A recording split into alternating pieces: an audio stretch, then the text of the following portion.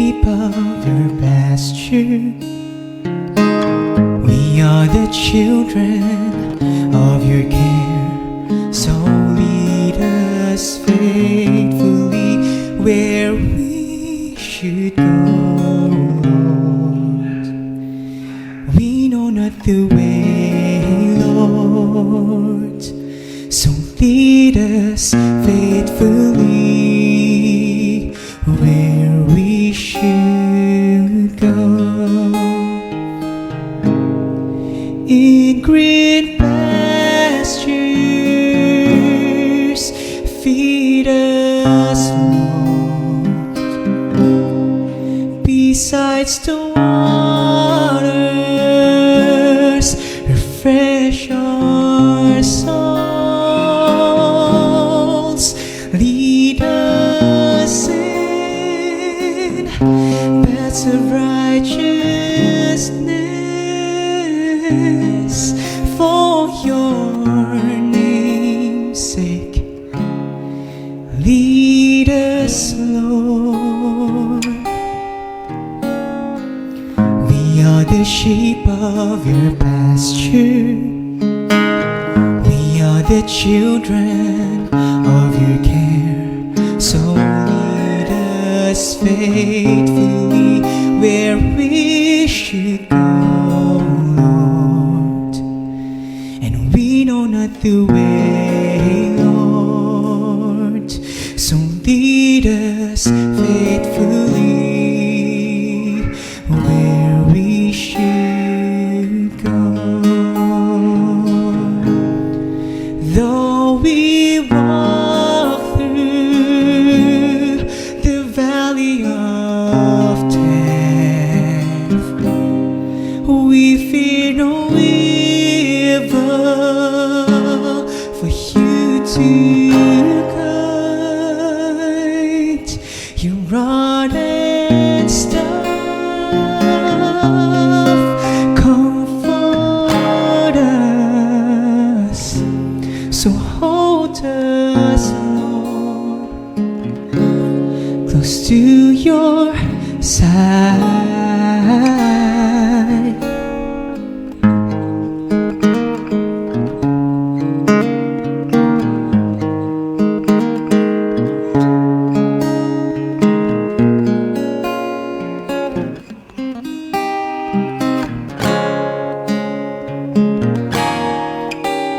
You prepare a table before us, Lord, in the presence of our enemies.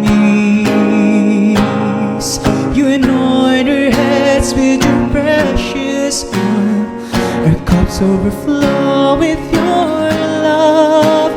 Surely goodness and mercy shall follow us all the days of our lives, and we shall dwell in the presence of the Most High. We are the sheep of your pasture. We are the children of your care.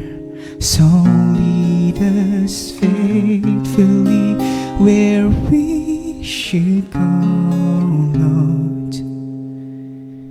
We know not the way, Lord, so lead us faithfully where we should go.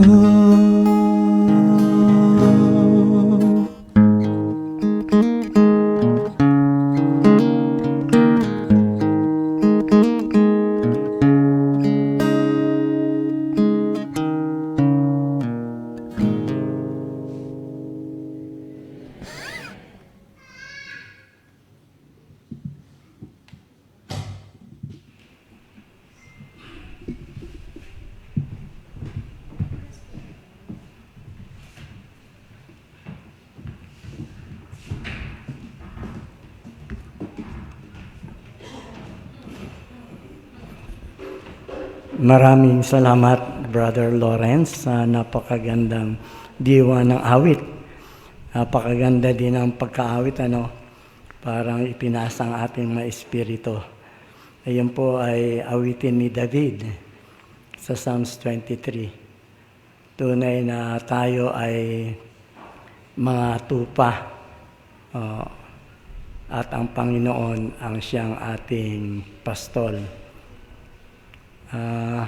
Iyon nawa ang magiging pagpapasalamat natin at dalangin sa Panginoon na kung saan siya ang patuloy na gagabay sa atin sapagkat sa sarili natin ang katunayan tayo ay mga ligaw, Hindi natin alam ang ating patutunguhan. Sa umagang ito, parang mahirap para sa pamunuan na iglesia pagkapasimula pa lamang ng taon dahilan sa panibagong schedule ang aming natatanggap. At madalas ay we are caught in surprise. Pero ganun pa man, since ang Panginoon ang siyang tumawag, we believe that when God calls, God equips. No, He will provide everything which will enable us to be His instrument.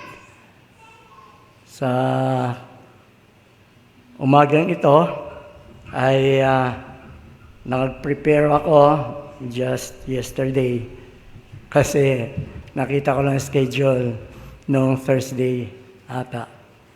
Pero yung pasensya kayo, yung na-prepare ko ay napakahaba. So okay lang ba sa inyo na magstay hanggang 12? I-prepare nyo na yung sarili nyo. Si Brother Lawrence, dito ka nakakain, Brother Lawrence,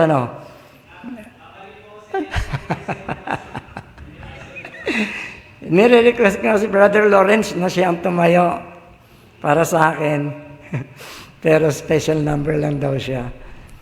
So, thank you very much, Brother Lawrence, Sa totoo lang, pwede na kami umuwi sa message ng song. And how you sang it, it really touched our hearts, Talagang dama namin ang presence ng Panginoon through your songs. At sa umagang ito, nais kong dalhin sa inyo ang pag-aaral na may pamagat na light shines in the darkness. Nakaranas na ba kayo nang kayo ay naglalakad sa mapusikit na kadiliman? Nakaranas na kayang ganon? Dito sa Manila, wala na kayong masyado makita ang madilim na lugar, Madilim man, pero hindi ganong kadilim. Pero nung kami ay nandun sa Palawan, at yung panahon na yon ay wala pa halos na kuryente, Brother Eli.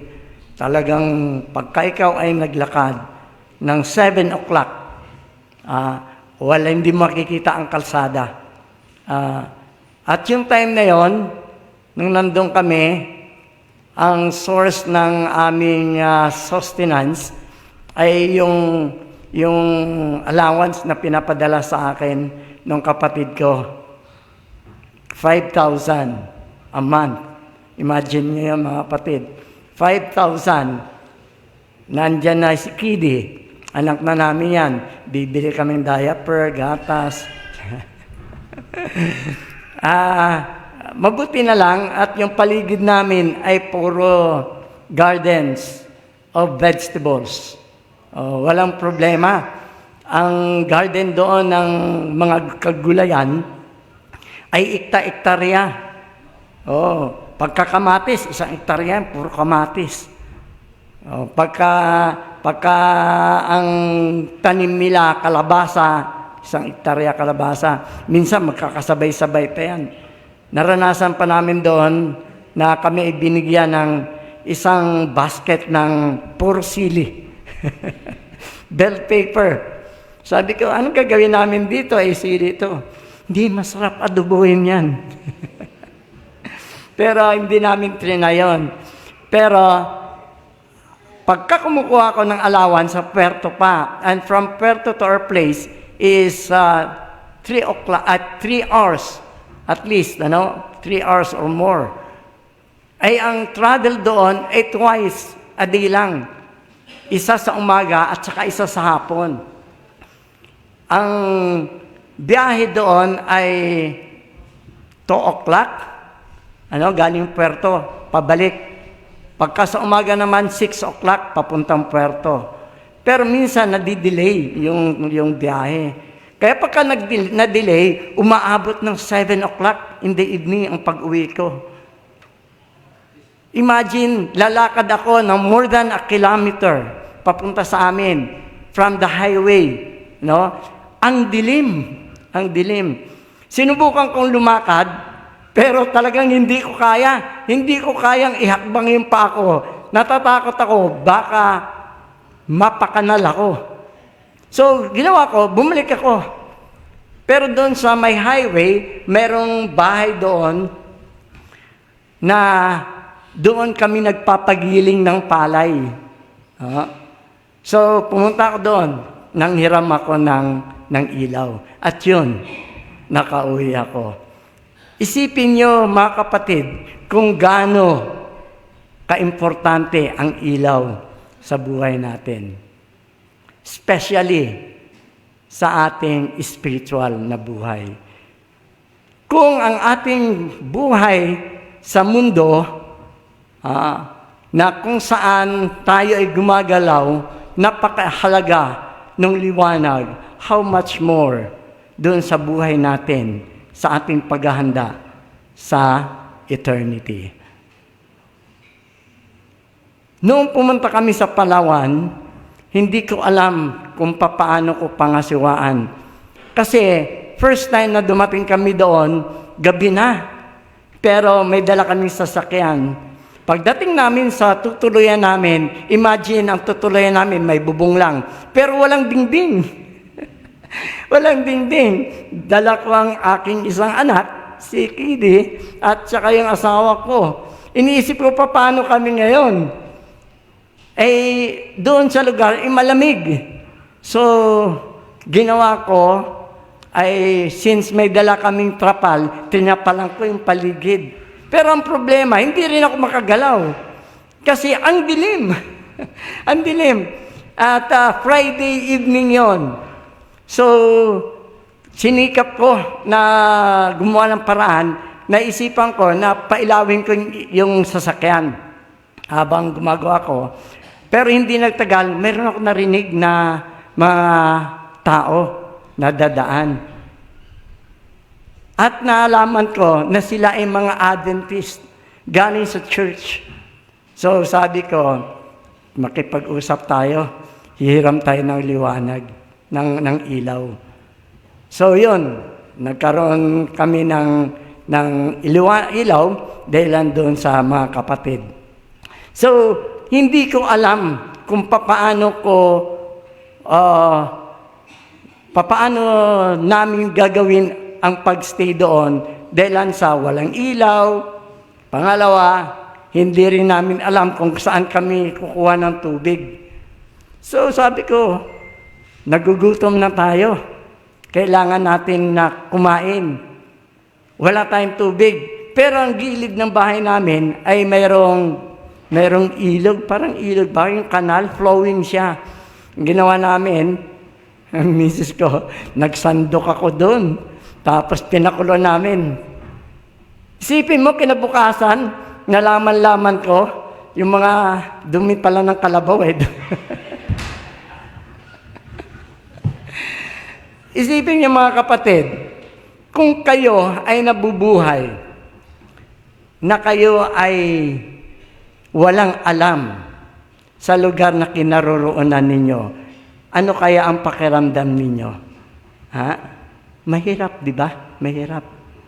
Ganon din sa buhay natin sa sanlibutan ito.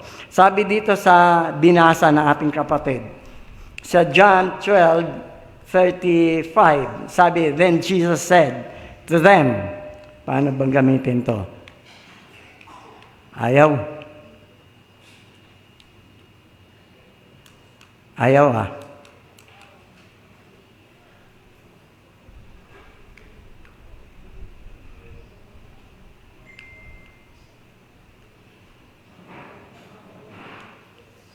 Turuan mo muna ako. Ayan, sa John 12:35, sabi, Then Jesus said to them, A little while longer, the light is with you.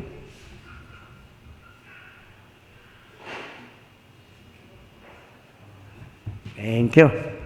Thank you. Ayan. Then Jesus said to them, A little while longer, the light is with you. Walk while you have the light, lest darkness overtake you.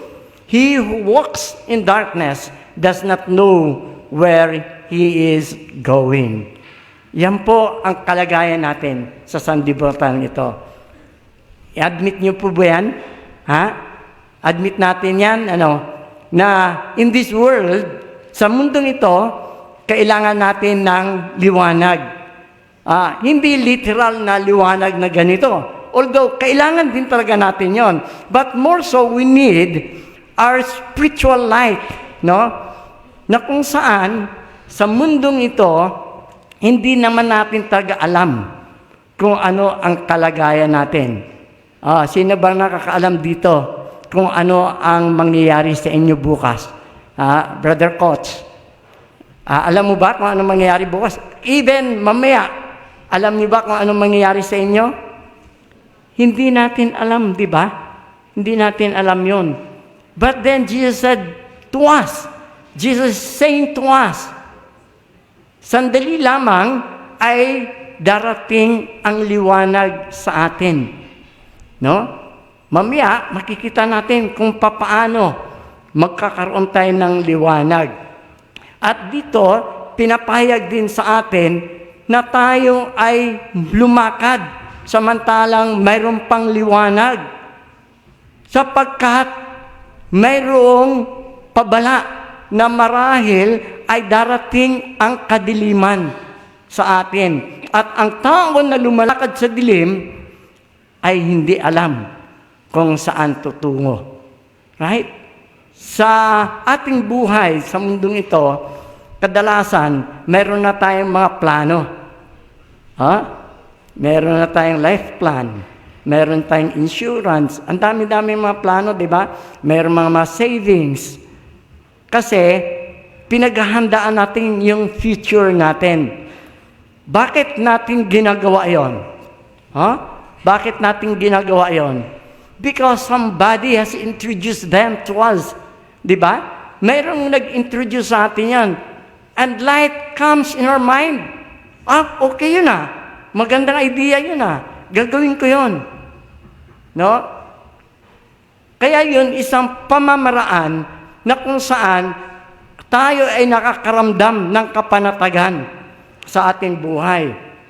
But what Jesus is saying here is more than those plans that we have in this world. Mayroon pang higit na panukala ang Diyos sa atin, sa sanlibutan ito. Tingnan natin mga kapatid. Yan. Sa aklat ng Revelation, the devil is pictured as the dragon and a serpent. Ano kinalaman nito sa liwanag? Ano ang ginagawa ng dragon na to at ng serpent? Kikita natin, he is a dragon because he desires to destroy God's people. Alam ba natin kung ano ang mga panukala nitong dragon na to para tayong masira? Alam ba natin? Marahil hindi natin alam, di ba? Hindi natin alam. Pangalawa ito, yung a serpent, because he uses all his cunning lies to deceive us. Meron palang mga kasinungalingan at yung panglilinlang ang ginagawa itong dragon at serpent na to sa atin. So, papaano natin mapapanatili ang ating kapanatagan sa sanlibutan na to with the presence of these enemies of life? Diba? Ano ang ginagawa niya? Tayo ay kanyang sisirain. Sa anong paraan? Sa pamamagitan ng pandaraya at panlilinlang. So, kaya ba natin yun, mga kapatid? Pagka dinadaya tayo, alam ba natin? Sabagay, minsan, meron talagang tao na alam niya nang dinadaya siya, pumapatol pa rin. Bakit? Ay iniisip niya, mas magaling siya doon sa nandadaya. But the serpent uses his cunning lies, yung napakagaling ng kanyang pagsisinungaling, na hindi mo halos malalaman na yun ay kasinungalingan. Do you remember the story of Adam and Eve? Eliana, tumatango si Eliana, no? Alam ko, alam natin yun. Alam mo, mga kapatid, alam ng Diyos ang kalagayan natin sa mundong ito. At alam din ng Diyos ang kakayahan natin. Na ano pat, simula pa lamang o hindi pa nagsisimula ang paglikha ng mundong ito, pinanukala niya na niya ang panukala ng ating kaligtasan. Ganun kabuti ng Diyos sa atin. Alam niya kung papaano tayo mamumuhay sa sanlibutan when man will fall into sin. O hindi pa nahulog ang tao sa pagkakasala, but God has already prepared. Why? Because He has given us the precious gift na ito ay ang freedom to choose. And when there is freedom to choose, there is a possibility to fall. Di ba? Pagka mayroon kang pagpipilian, mayroong posibilidad na ikaw ay magkaroon ng pagkakamali sa pagpili. At yun nga ang nangyayari. Nagkamali tayo. At yun ang pinanghahawakan netong dragon at netong serpent na to. Na kung saan, napatunayan niya na ang tao ay marupok. Pag hindi siya nakaugnay sa Diyos, ang tao ay pwedeng malinlang. Kung kaya't hanggang sa ngayon, tayo ay kanyang nililinlang. Are we not aware with that situation? Kung kaya't ang Panginoon ay nagpadala ng liwanag. Yung liwanag na yon ang siyang tanging paraan upang ating malagpasan itong panukala ng dyablo. Yet, even in the presence of this enemy, even in life's difficult times, God was continually with His people. Praise the Lord. No? Purihin ang Diyos na hindi niya tayo iniwan. Pagkatapos niya tayo nilikha, sakdal, tayo ay tumalikod, pero hindi pa rin tayo pinabayaan. Yung lesson natin, persecuted, but not abandoned. Di ba? Tayo inusig, pero hindi tayo pinabayaan. Sino ang umusig? Yung kaaway. Sino ang kaaway? Ayon sa Revelation, he is the dragon. He is a serpent. Buksan niyo po ang inyong Bible sa Revelation at makikita niyo po kung ano talaga ang description netong dragon na to. Kung sino ba to? Sabi dito, Revelation 12:9, and the great dragon was cast out, that old serpent. Sino yan? Dragon at serpent, called the devil and Satan, which deceiveth the whole world. He was cast out into the earth, and his angels were cast out with him. Na-imagine niyo po ba yung lugar na to? Ano sa palagay niyo? Wala kaya ditong angels of Satan? Meron ba? Meron? Sa palagay niyo, anghel lang ng Diyos ang nandito? Yung bang nagtutok-tok, nagtutok-tok ng cellphone, sa palagay niyo, sabi nga ni Brother Eli, when Jesus was crucified, yung mga mob doon, there were actually Satan who possessed those people, those mob, to crucify Jesus Christ. Even in the presence of Jesus on the cross, di ba? Nandun pa rin ang dyablo eh. Dito sa church, andito sila. It depends on the choice that we have. Kung sino ba i-entertain natin. Di ba? Sabi dito, ang Diyos ay patuloy na magiging kasama natin. Choose God. Minsan, nagpaponder tayo sa buhay natin. Ang iniisip lagi natin, puro negative. Puro negative. Minsan, mali yung pagkaunawa natin sa sitwasyon na kinaroroonan natin. And in that way, it turned us, we are in darkness. Di ba? Tayo ay nasa kadiliman. Hindi natin alam, hindi maliwanag yung ating kalagayan.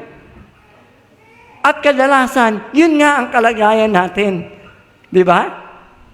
Now, do you realize that?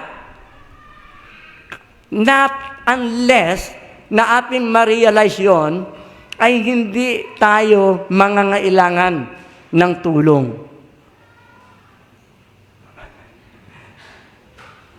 Ako personally, talagang convicted ako eh. Talagang madalas nilulong ko na maging right sa Panginoon.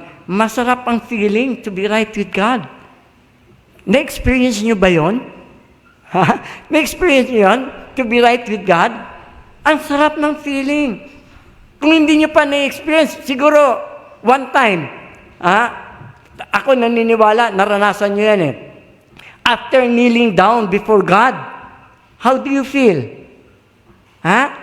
Di ba masarap? Magaan sa pakiramdam? Parang walang naging problema. Right? And that's how the feeling of being with God. So then, why choose? Why choose to linger doon sa mga negative sa buhay natin? Pagka negative, turn it into positive. Maybe I'm enduring this experience because something must be learned. Di ba? Dapat isipin natin, kung may problema man sa buhay natin, mayroon dapat tayong matutunan. At yun ang purpose. Huwag natin pahirapan yung sarili natin, mga kapatid, because God is promising us that He will continually be with us. Alam, mga kapatid, hindi ko alam kung paano tumayo dito sa totoo lang. Kasi I myself is disqualified on what I'm saying. Hindi ko rin nagagawa eh. Hindi ko rin nagagawa. Paano naman ako magbibigay sa inyo ng ganun advice? But I am very confident na it's me, not me, who is speaking in front of you. It is the guidance of the Holy Spirit. At yun ang gusto ko sanang maramdaman niyo, mga kapatid. Huwag niyo akong titingnan. Hear the voice of God. Feel the presence of the Holy Spirit. Na siyang kumikilos sa inyo. Ang Diyos ay habag na habag sa atin, mga kapatid. Mahal na mahal tayo ng Panginoon. He provides everything possible for us to lead us in the right path. Napakaganda ng awitin, di ba? Ganda ng awitin kanina. Ang Diyos talaga, wala ka nang mahihiling kung iyong papasakop ang buhay. Ang gabi ay dumarating ng mabilis. Ang gabi ay dumarating ng mabilis. Ang tanong, kayo ba'y uuwi na? Baka naglelewerda pa kayo dyan kung saan-saan. Baka namamasyal pa kayo kung ano-ano pang ginagawa nyo. Gabi na, mga kapatid. Umuwi na tayo. Umuwi na tayo. Samantalang mayroon pang liwanag. They found Jesus. We found Jesus. We have Jesus, the way, the truth, and the life. Itong tatlo na to, na description ni Jesus, inseparable to, mga kapatid. Kahit may liwanag ka, kung walang daan, wala rin, di ba? Eh kung wala rin katotohanan,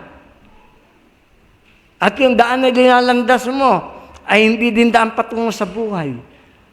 But thanks God, we found Jesus, who is the way, the truth, and the life. And through the power of the Holy Spirit, they stood firm, will be able to stand firm in the midst of trials and temptations. No? Tayo, bagamat nandito tayo sa masalimot na sanlibutan, we are aided with the Holy Spirit, which will enable us to stand firm. Hindi ba dapat ikagalak natin yun? We have to rejoice. And not only rejoice, but internalize the presence of the Holy Spirit. Dapat damin natin yun. Yung guidance niya, huwag natin i-resist yun. Ilang beses na ako kino-confront ng Holy Spirit actually. Tama na yan sa kaka-cellphone. Itigil mo na yan. Ang daming pang gawain. But then, I always resist the calling of the Holy Spirit. Mamaya na po.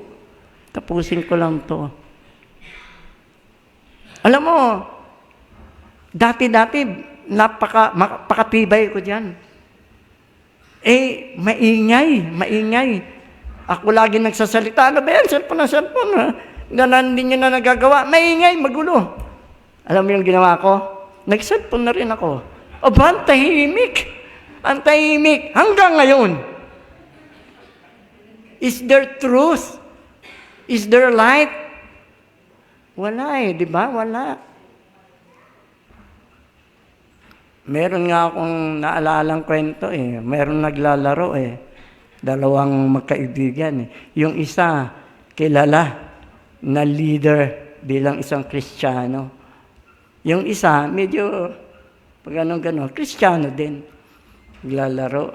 Itong isang Kristiyano, medyo mayroong strategy na tinatawag. Alam mo, sabi nung medyo pag ganon, hindi ko tuloy nakikita ang liwanag sa iyo Kasi imagine, sa ating pakikitungo, minsan, sa halip na tayo ang maghatid sa kanila sa liwanag, minsan tayo pa ang nagtatakip ng liwanag. I appeal to you, my dear brothers and sisters. Huwag tayo sanang madala sa maling gawi. Alam natin yun Offended ako dun. Pagka hindi nila ginawa, sige, ako nang gagawa. Sa susunod nun, hindi ko na rin gagawin. Pareho na tayo. Mas tahimik Pagka hindi ka sumang-ayon sa kanilang gawain, putak ka ng putak. Sabi yan ng misis ko, ang ingay mo. Nagsasawa na rin. At napipikaw na rin ako. Pagka sinasabihan, ang ingay mo. Napipikaw na, umaanting yung... parang hindi ako magalit. Tahimik na lang ako. Pero yung pananahimik ko pala, masama pala epekto nun. Bandang huli pala nun, mahahawa ka na. Mahahawa ka na. Yan, sabi dito, we have to find Jesus Christ in our lives, which is the way, the truth, and the life. Huwag tayo makiayon, mali. Dali natin sa tama. Why? Because we have Jesus Christ in our lives.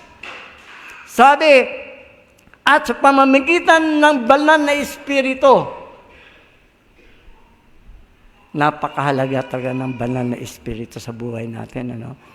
Ang gawain ng banal na Espiritu kasi, nagpapaalala sa atin Sinasansala na tayo sa ating mga kasalanan. Tinutuwid niya tayo. Dinadala niya tayo sa tamang landas. Yun ang gawain ng banal na Espiritu. But then if we resist, we don't feel anymore the sin that we are doing as if it is right in our sight. Diba? Parang nagiging tama na. Subukan nyo. Magpalusot kayo. Pagka alam nyo ng paano magpalusot, dali lang. Di ba? Dali lang. Dali lang. Hindi naman nagsisinungaling eh. Di ba? Nagpapalusot laang. So sabi nga dito, even the face of the overwhelming pressure to yield the consensus conviction. Yun eh, hindi lang basta ganun yun eh. Alam natin yun, na mali. But without the aid of the Holy Spirit, hindi natin kaya eh. Without Jesus Christ, the way, the truth, and the life, we don't know where we should go. Hindi natin alam. Wala tayong alam sa mundong ito eh, di ba? What Jesus says is true because He is the author of truth. Maniwala tayo. Huwag tayong magdalawang isip. Siya ang may akda ng katotohanan. Truth proceeds from the heart of the all-wise, all-loving, all-knowing God. He is the foundation of reality and of all truth. Kaya ang Diyos ay lagi na sa atin, anumang panahon, for us to be reminded of what to do in this life. Dahil sa ganun na lang ang pagmamahal ng Diyos sa atin, ayaw niya na tayo ay mapahamak. Binibigyan niya tayo ng lahat ng pamamaraan upang malaman natin yung tama sa mali. It is for us to choose. Hindi pa tayo nababagbag, mga kapatid. I-admit natin na lahat tayo ay makasalanan. Walang matuwid. Wala, ni isa. Yun ay nasa aklat ng Romans 3. Wala, no one is righteous. No, not one. For all have fallen short of the glory of God. Mga kapatid, panahon na tayo magising. Look for Jesus. Sabi daw, He is the truth. He is the foundation of reality and of all truth. In contrast, andito yung kaaway. Satan is a liar and the father of all lies. He is prepared to use lies, deceit, misinformation, and distortion of the truth to lead God's people astray. Huwag na tayo magtaka. Bakit tayo nagkakamali? Bakit tayo nagkakasala? Bakit lagi natin pinipili na magkasala? Why? Because Satan is present. At ginagamit niya ang lahat na kanyang pamamaraan upang tayo ilinlangin. Satan well knew that the Holy Scriptures would enable man to discern his deceptions and withstand his power. It's only through the Word of God. Dati, nung sabi doon, yung couples, lumabas ang couples, ay ginawa nung leader namin, si Pastor Orby ang yung nag-lead. Sige, yung mga mag-asawa, magsulat kayo sa papel kung ano ang ina-appreciate nyo sa mga asawa nyo. Sinulat sa akin ng misis ko, wide reader. Lagi nagbabasa ng Bible, yung spiritual books. Noon yun. Ngayon, hindi na. Ngayon, Brother Rayleigh, ano na ang hawak? Ang lungkot, no? Ang lungkot. Pero ang sinasabi, it's only through the Holy Scripture that will enable us, no, to withstand the power of the devil. Mga kapatid, Subukan nyo. Alam mo, sa simula, mahirap. Ako, nagsisimula na uli eh. Nagsisimula na uli, pero ang bigat sa mata. Ang bigat. Yung magsisimula ka pa lang, inaantok ka na. Pero pagka cellphone, nagsisimula ka lang, kahit na inaantok. Kahit na inaantok. Sabi ko nga sa misis ko, ay, sorry love ha. Alas 11 na love. Hindi, tapusin ko lang to. At po siya, sige, tatapusin ko na lang rin to. Sige. Magkasundo kami. Pero do you think God finds pleasure in our lives? Huwag na kayo tumaas, ha? Huwag nyo na itaas yung kamay nyo. Sino ang, doon, yung biktima ng cellphone? Huwag na kayo tumaas. Ako na lang. Pero be honest in yourselves, mga kapatid. Alam nyo naman yun di ba? Alam nyo yun. Pagka sumobra na kayo sa kaka-cellphone, alam nyo na. Alam nyo yun. Daman nyo yun. Alam nyo na mali. Pero pinipili nyo pa rin na ituloy. You keep on playing with that phone. Kahit na alam nyo na hindi na tama sa katawan ninyo. Hindi na nagtutugma sa inyong schedule. Nagpapatuloy pa rin kayo. Why? Because you lack reading the Word of God. Nawawala na interest nyo sa salita ng Diyos. It was by the Word that even the Savior of the world had resisted His attacks. Diyos na yun, Si Kristo na yun. Na hindi nakakaalam ng kasalanan.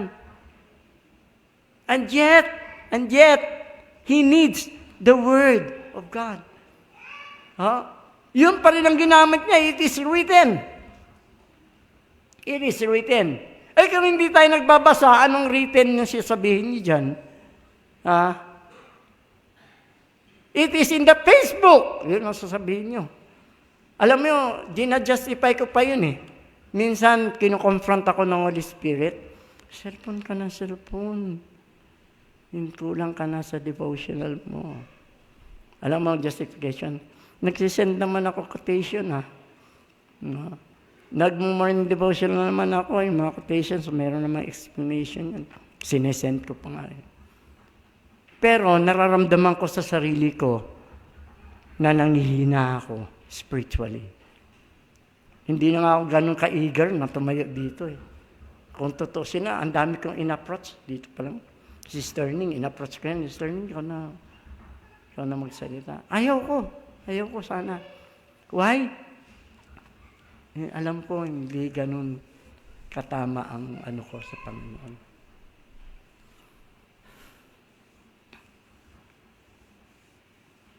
Pero dahilan sa napakabuti ng Diyos sa aking buhay nung nakalipas, that I cannot deny Him. Hindi ko kaya. Kayo, mga kapatid, iba't iba ang karanasan natin sa Panginoon. At pwede nating sabihin na totoo, tapat ang Diyos. Hindi natin pwede sabihin na pinabayaan tayo ng Diyos. Amidst of trials, amidst of trouble, nahirapan man tayo, but then God made a way for us to escape those problems. And we come to thank God.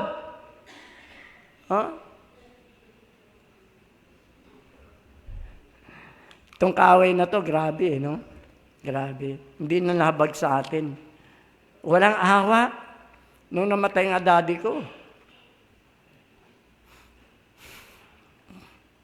Pinag-sermon ako doon sa isa ding patay. Sabi ko, makita ko lang yan. Gaganti talaga ako dyan.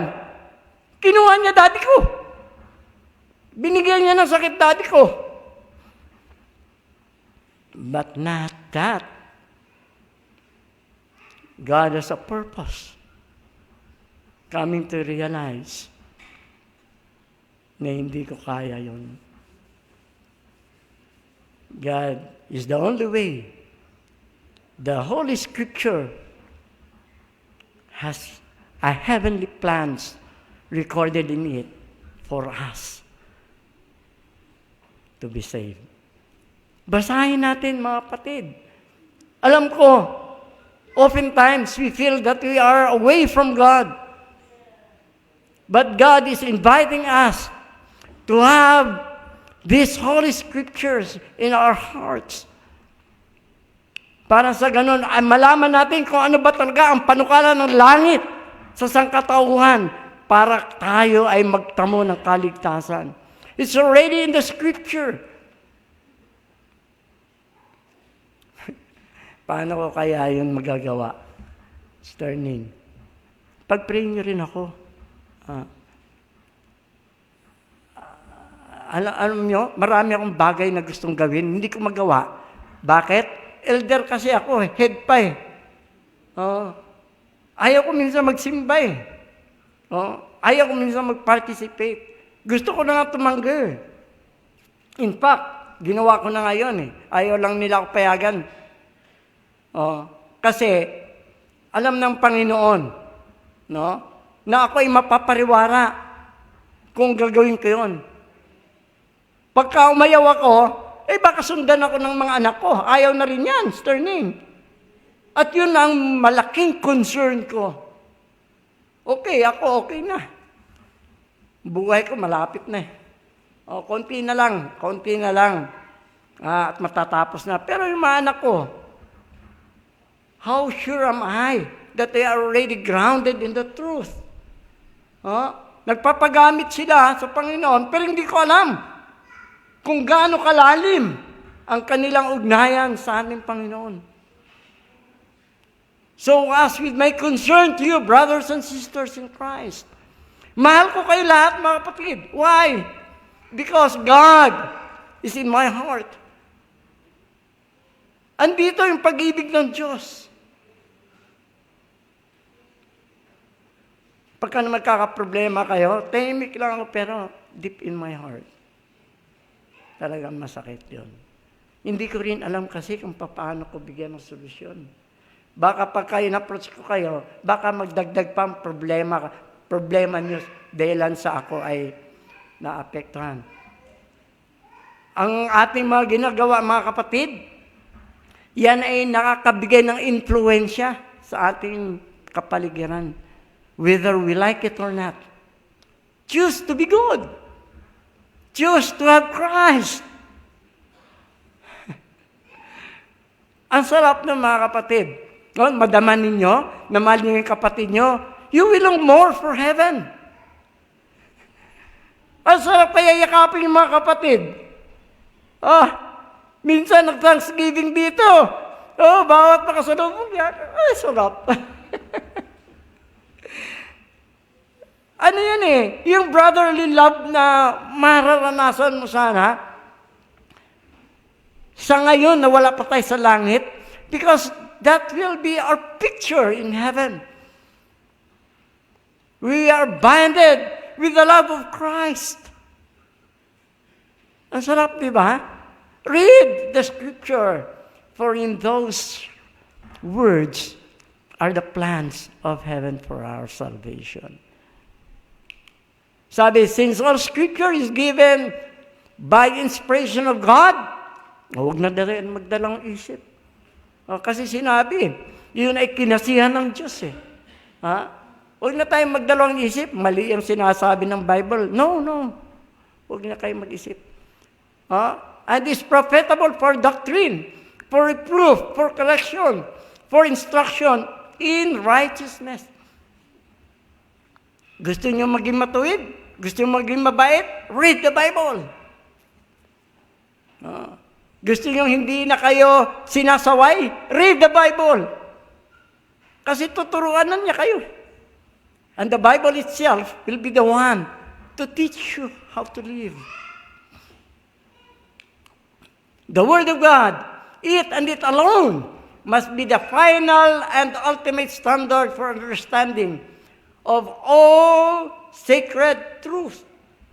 Wala nang iba kayong paniniwalaan. Yun lang. Meron tayong Spirit of Prophecy books. Yun ay lesser light yun. parang medyo mas maliwanagan tayo. It was elaborated in a simple way, di ba? Pero yung Bible, yun na ang pinakabuod. And who is the center of the Bible? It's Christ. It's Christ. Sabi, one of the devil's most effective deception is to lead us to believe that human reasonings, yan, unaided by the Holy Spirit and uninformed by the Word of God, is sufficient to understand God's will. Mali! Di ba?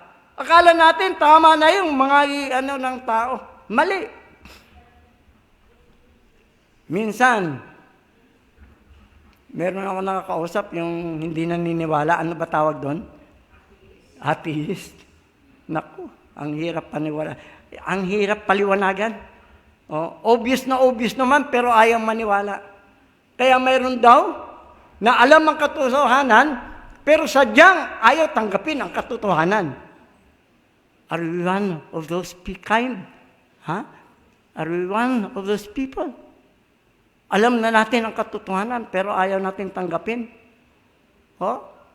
Kaya sabi dito, akala natin, yung mga haka-haka na mga tao, ay sapat na. Parang malaman natin ang kalooban ng Diyos. No. It's only through the Word of God. Sabi, God has not let us on our journey from earth to heaven. The Holy Spirit points us to the sacred scriptures that lead us homeward. Gusto niyo na bang umuwi? Gusto niyo umuwi? Mayroong ayaw. Sabihin ko sa yung mga kapatid, kung kayo po ay kumikilala ng lubos sa ating Panginoon, hindi nyo kakatakutan yung mamatay. Hindi nyo kakatakutan Bakit? Sa lahat ng mga pangako ng Diyos ay napakabuti para sa atin. Yung kanyang hinanda ay napakasagana. At kayo, kung hindi kayo nakaranas ng hirap sa mundong ito, tanungin niyo sarili niyo kung kayo ay taga saan. Kasi tayo, hindi talaga tayo taga-mundo Hindi talaga tayo taga-mundo. Kaya nga dito sa mundo, marami nag-aagawan Kasi alam nila, hindi naman kanila yun Di ba? Kahit sa parking area lang nag-aagawan. Hindi naman kanila. Di ba? But in heaven, na hinanda ng Diyos, it's for everybody. Especially you who believe. Sabi nga, ang Holy Scriptures lang ang magagabay sa atin tungo sa ating tahanan. Ang hirap ang hirap na magkumbinse. Mahirap na magpaliwanag ng maliwanag. Kasi ang haba, pagkagagawin mo yun. At minsan, kung pagbibigyan mo pa, marami pang tanong yun. Marami pang tanong. Bakit? Kasi yun ang kaisipan ng tao. Na pa't minsan, mas naniniwala pa tayo doon kaysa sa salita ng Diyos. Sabi, truth and error, right and wrong, good and evil, this can be correctly understood only in light of God's Word. Nalilito na rin ako Sabi dati, nung mga bata pa kami, palo dito, palo doon. Kasi ayaw nilang kami ay mapariwara, di ba? Sabi ko, tama ba yun? Minsan nag-iisip ako. Pero ngayon, magpamilya na ako, talagang sabi ko, hindi ko gagawin sa anak ko. Pero thinking of it, just a few months ago, na-realize ko, na tama rin yun. Paluin yung anak. Yung talagang pamalo. Sabi, spare the rod and spoil the child. Pero, ang pagpapalo sa bata ay yung hindi ka galit, di ba? Hindi ka galit. At yung pagpalo sa bata ay yung hindi pa sila nakakaunawa. Kasi pinaunawa mo sa kanila. Pero pagka sila ay tumungtong na sa pagkakaroon ng pag-unawa, hindi mo na kailangan paluin yun. Use the Word of God. Ano daw ang Word of God? It is likened to a double-edged sword. No? Sobra pa sa pamalo yun eh. Sobra pa sa pamalo. I thank God na hindi ako naging abusado sa mga anak ko sa pamamalo. Oo. Naranasan na namin, magkakapatid yung ganun. Kasi yung daddy ko, may pagka-Espanyol yun eh. Talagang Pero, pasalamat din ako. Bagamat ako ay naging pariwara, pinawagan pa rin ako ng Panginoon. Bakit? Nakita ko sa magulang ko ang kanilang pagtatapat. Hindi sila nagpapaliban ng church. Never. Maliban lang kung talagang hindi nila kaya. Sa totoo lang, nung nawaglit ako, ang magulang ko ang nagdala sa akin pabalik. Gusto nila yung pogi ako. Mag-ano ka, karbata ka. Ayun, hanggang ngayon, nakasanayan ko yun. Ayaw ko yung, hindi ko carry yung nagti-t-shirt. No? Wala akong pinapatamaan. Pero yun ang conviction ko. Kasi yun ang inano ko. Yun ang pinanim sa akin. Pinanim sa akin ng mga magulang ko yun, noong may isipan na ako. At kung paano mag-behave within the church. Nakikita natin kung ano ang tama at mali. Choose! Nasa sa inyo yon. Ayan.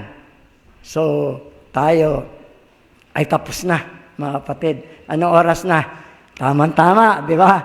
12:00. Ngayon, ang tanong mga kapatid, ready na ba kayo mamuhay sa gitna ng masalimut na sanlibutan? Are you ready? Have you seen the light that was shed before us this morning? Are we aware of the lives that we are in now? Are we ready to go home with God? The answer is yours. Ang dalangin ko lang, sana magkita-kita tayo lahat sa langit. And that is my prayer this morning.